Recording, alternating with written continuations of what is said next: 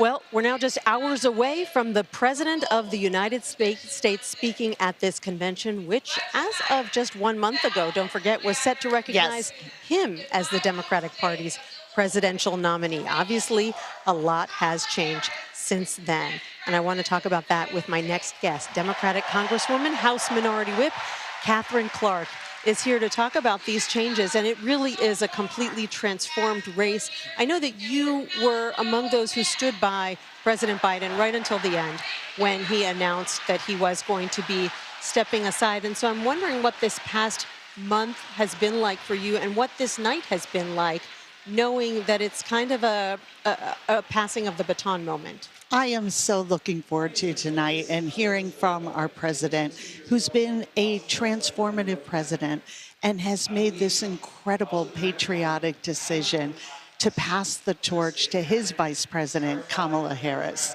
And tonight we're going to hear from him, not only honoring him, but his vision for the future with President Harris.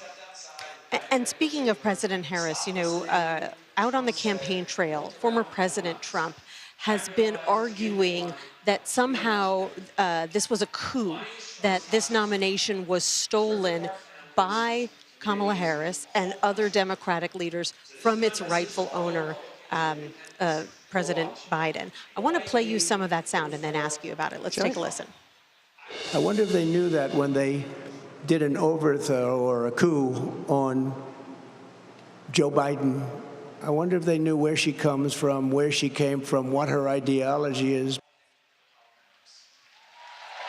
So how do you respond to people like the former president who say that this was somehow undemocratic? Because after all the delegates here in this arena, they cast their votes for President Biden, not for Vice President Harris. Donald Trump can't even imagine this scenario. There is nothing he has done in his life as president, as running for president again, that is anything about anyone but him. That is his whole purpose, is how does he gain power? How does he gain control? And so the idea of President Biden responding to a nation and saying, I'm not the best person at this time. I am going to pass the torch to the next generation. He can't even fathom that. That is so out of anything that he can imagine. And now he finds himself with a complete energy change. And with Kamala Harris and Tim Walz just having momentum moving forward as they travel across this country talking to voters about how they're going to lower their costs, grow the middle class, and protect our fundamental freedoms. Everything that J.D. Vance and Donald Trump are against. And so he's totally perplexed and flailing around at this moment to try and understand the situation he's in, because that's his worldview. His worldview stops at his own fence post, and he just can't imagine the situation he's in, where Kamala Harris is connecting on a different level, and he's seeing the American people reject him and his extremism. And yet, back in 2016, he said over and over again something was wrong with Hillary Clinton. She's ill. She's, got some terrible disease. And there were voters who eventually started to believe that. Is there a possibility in this race that if he keeps saying Kamala Harris is dumb, Kamala Harris is crazy, she's a Marxist, if he keeps on, painting her in this way, that eventually some of it's going to stick?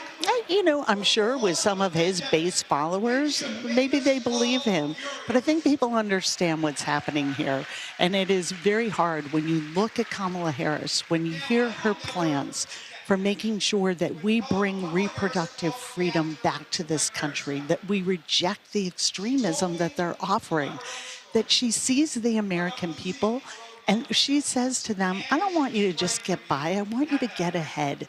And here are the solutions, whether it's about price gouging, whether it's about helping children and families afford childcare, whether it's about protecting our environment, whether it's about reforming our immigration system. She's coming to the table with a vision about an economy where everyone can see themselves. And she is coming to the table with a vision of the future. And people are sick of the divisiveness, of the name calling, of the bullying. They want to see themselves reflected in a presidential campaign, and they are finding that in Kamala Harris. Let's talk about some of those proposals because she's suggesting a $25,000 down payment assistance for first-time home buyers. She's talking about a $6,000 child tax credit for newborns. Some really generous proposals, pretty progressive, which is surprising coming at this moment in the campaign when typically candidates tend to move towards the center rather than going more to the edges of their party. Why do you think she is taking that approach? I think you've seen this from the last 4 years as vice president. She believes in investing in the American people. She wants the winner's circle in this country to grow and not just be for the already very wealthy, the already very connected. So she's saying to wealthy Americans, she's saying to corporations, pay your fair share. And let's make sure we're building a robust economy where everybody can see a future for themselves and for their children. And the American people understand it. They get that the system is often rigged against them, and they're rejecting that kind of extremism and the picture that Donald Trump is painting. And let's look at what he's proposing. Last week, he upped the ante and said 20% tariffs, which translates to $3,000 more in costs on goods for the average American family. That doesn't make sense for our country, for the economy. It certainly doesn't make sense for voters.